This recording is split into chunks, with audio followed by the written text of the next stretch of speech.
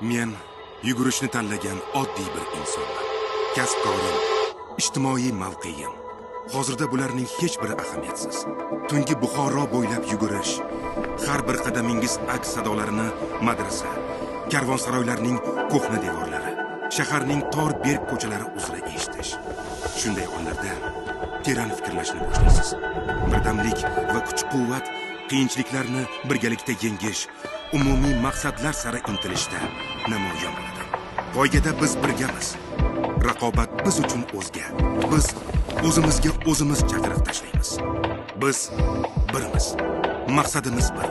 Shuning uchun men ishtirokchilar o'rtasida kuchli energiyani his qilaman. Mazkur musobaqada qatnashib, biz nafaqat birlashamiz, balki kelajak avlodlarning porloq istiqbolini ta'minlashga ham ko'maklashamiz. Shu bois ham men yuguraman.